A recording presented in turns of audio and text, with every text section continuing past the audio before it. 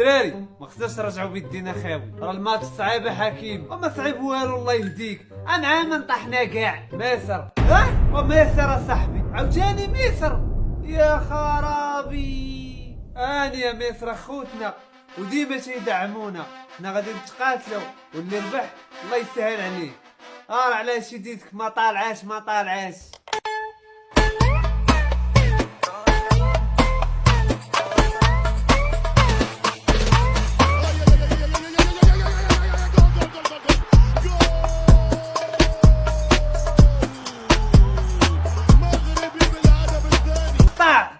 عرفتي ملي تمشيو تجيبوا البرونزيه الدراري نكعه معاكم.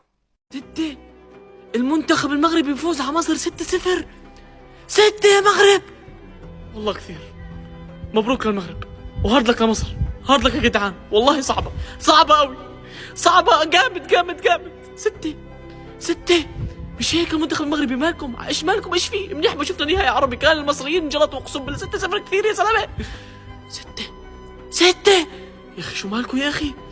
ليش هيك منتخب مصر قدم هيك اداء؟ اقسم بالله حرام، خذلتوا بلدكم، خذلتوا جماهير البلد. اقسم بالله حاسه حق المصريين يزعلوا. المنتخب المغربي مبروك، اقسم بالله اداء برفع الراس. مش قادر استوعب انه المغرب فازت على مصر 6 يا عالم. اقسم بالله مو قادر استوعب كيف هيك حد كان متوقع زيك. وكل المغرب مش طبيعيين اقسم بالله. هارد لك يا جدعان، هارد لك والله. صعبه قوي بعرف، والله صعبه قوي. ومبروك للمغرب، تستاهلوا 6-0. المغرب تحصل على الميداليه البرونزيه باكتساح. والله نتيجة صادمة، والله نتيجة مرعبة. هو ال5-0 دي والله العظيم عشان حق ربنا، علشان احنا اكيد مش هنتساوى في الاخر اللي اشتغل واللي ما اشتغلش.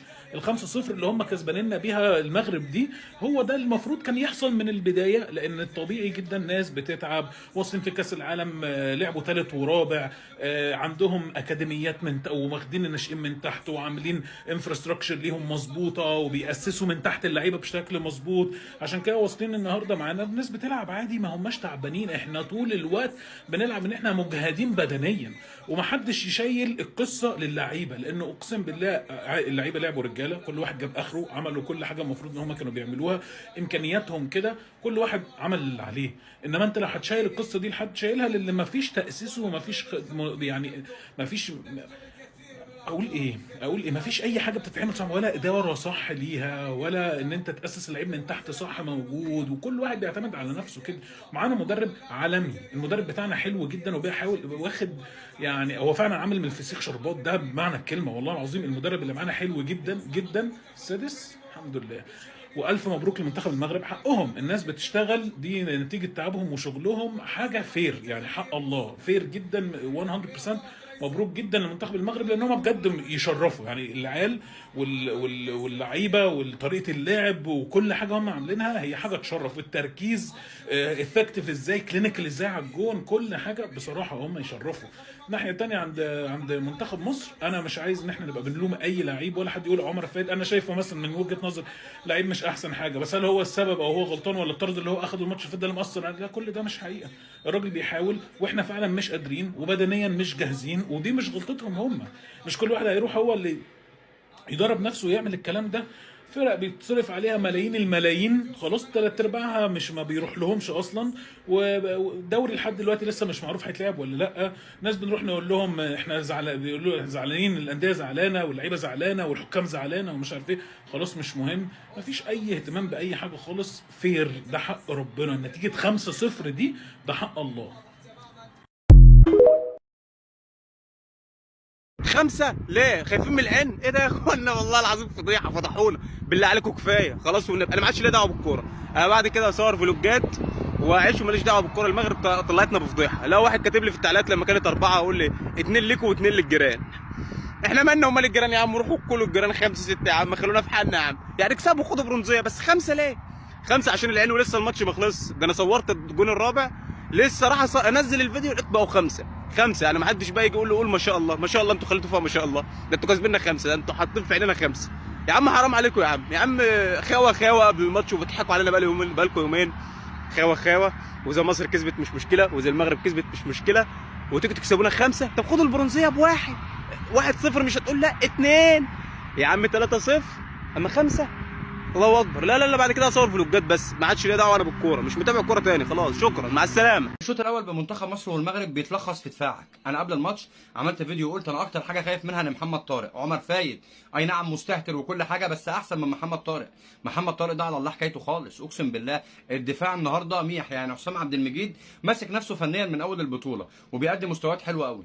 النهارده محمد طارق يا جدعان عمل خلل في حتته بطريقه مش طبيعيه، مخلي الدفاع بتاعنا على الله حكايته خالص. اصابه زيزو طبعا اثرت، لان زيزو حتى فنيا لو هو في البطوله ديت مش بنفس الفنيات اللي احنا مستنيينها منه، بس ملوش بديل. يعني مصطفى عادل ميسي عمره ما هيعوض حته زيزو. يعني زيزو بيجري، زيزو مجتهد، زيزو بيتحرك، زيزو بيعمل اوفرات، زيزو بيعمل عرضيات، زيزو عنده خبره عن مصطفى عادل ميسي ده، وهو ده اثر جدا في الجبهه بتاعته.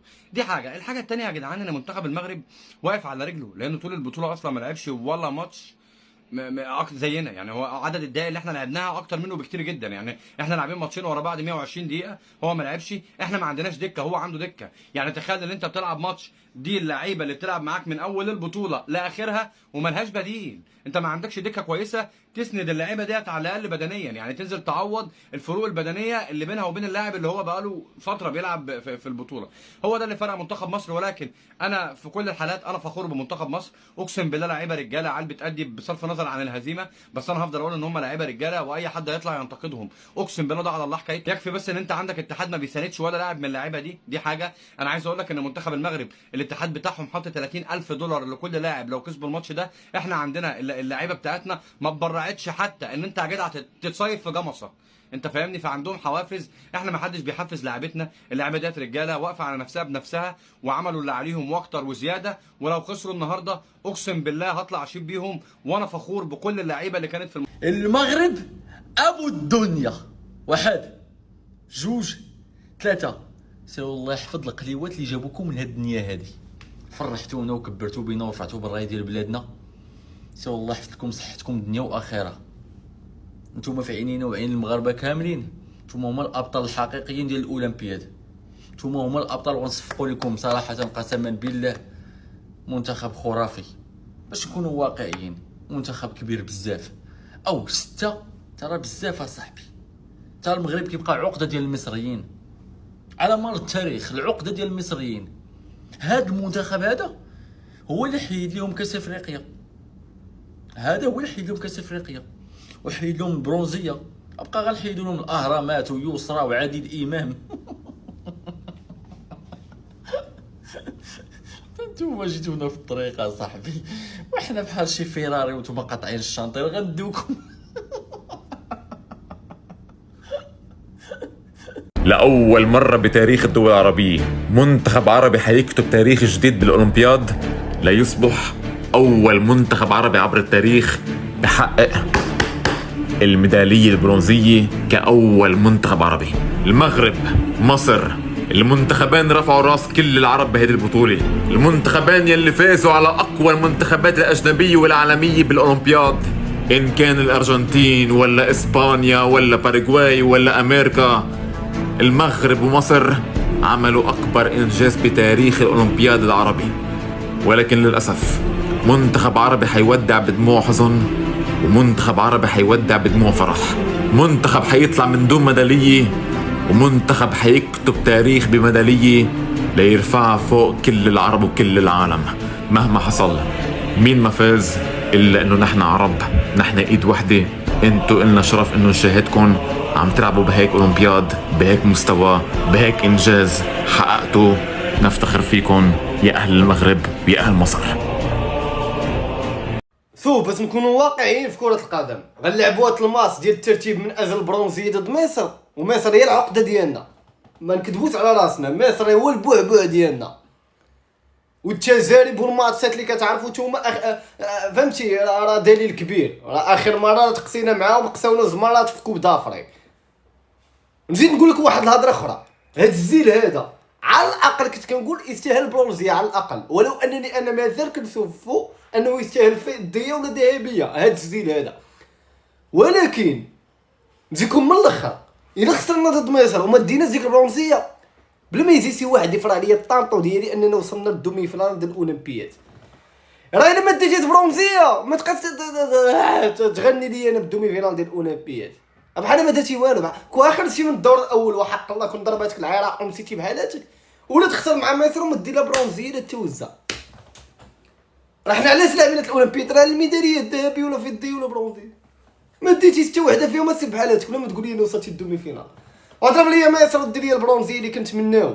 ولو اننا حنا انا ما كنتمناش برونزيه، ولكن كنقول لك اقل اضرار وخاصنا نضربوا مصر باش نحفظوا الماء والوجه ديالنا لهاد الجيل زوين ونديو برونزيه. اما انا كنشوف فيها ذهبيه في البوديوم دور عاوتاني بسبب الاختيارات والتوظيف وكذا، ما علينا، هذا هو البلان. ما ديتيش برونزيه ما تفرعش لي راسي بالدومي فينال. عايز حد يفهمني محمد طارق ده ايه علاقته بكره القدم وبيلعب كره ازاي، وتدرج في مراحل ناشئين الزمالك، دلوقتي بيلعب في المصري في الدوري الممتاز وبيقبض ملايين على اساس ايه؟ اللاعب زي ده راح دكه في الاولمبياد ونزل في ماتش زي ده يتسبب لك في كارثه، يجي يتنك على لعيبه الدوري المصري ويقول لك انا لعبت اولمبياد. هدف سفيان رحيمي اتسرق فيه سرقه بالمعنى الحرفي، مفيش تمركز مدافع في العالم كله في كره زي دي يقف كده. يا جماعه ما هي الكوره برده يعني مش بالعافيه، هي امكانيات. تخيل منتخب المغرب لعب 6 مباريات في اولمبياد باريس، سفيان رحيمي مسجل فيهم 7 اهداف، في ظل ان انت المهاجم بتاعك اللي هو اسامه فيصل لاعب نفس ال6 مباريات ما سجلش ولا هدف، غير هدف عبد الصمد الزلزولي اللي عمل اسيست كمان في هدف سفيان رحيمي. لكن الهدف ده حرفيا كروت وسرق اللعيبه في اقل من يارده، جت تحت رجله قرر التصويب على طول وهدف كوبي من هدفه ضد العراق. السذاجه اللي احنا فيها دي وايه العشوائيه المفرطه دي؟ تقول لي اصابه زيزو فرقت معانا، هقول لك ما عنديش اي مشكله، لكن انت نزل الماتش اصلا خايف وجبان زياده عن اللزوم. ده انت في اول 30 ثانيه في فرصه ضايعه من المغرب كان ممكن تبقى هدف، بعدها انت رحت وهددت مرمى المغرب وكان في فرصه قريبه جدا من انك تسجل وخلاص بقى خش في اجواء المباراه. لكن هرجع للبدايه خالص واقول لك ان الكوره فرق امكانيات وان احنا شغالين بالعشوائيه والفهلوه. بصراحه يعني برضو ابراهيم عادل مش هيحارب لوحده.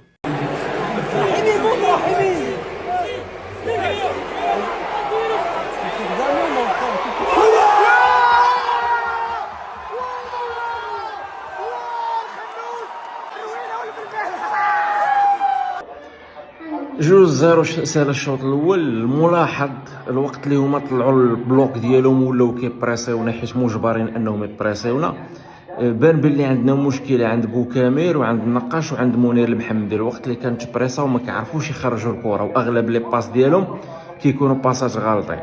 فهادوك هما اول ساز ديال البناء في العمليه ديال لاطاك بلاصي، هما الاولين خصهم يبنيو لينا الكره صحيحه باش كنتفاداو داك الضغط كنهرسوه. فالشوط الثاني يكملوا هما بنفس الاسلوب ديال الضغط باش ما يخليوناش نزيدوا. خاص بوكامير النقاش ومنير المحمدي خرجوا كره نقيه باش ناكلوهم نزيدوا ناكلوهم. حنا في النص التيران ديالهم راه واعرين، في النص التيران ديالنا ملي كنرجعوا الكره للور كيبان عندنا واحد الديفو ديال عندنا ضعف على المستوى ديال البناء، سيرتو من الثلاثه الاسماء اللي ذكرت.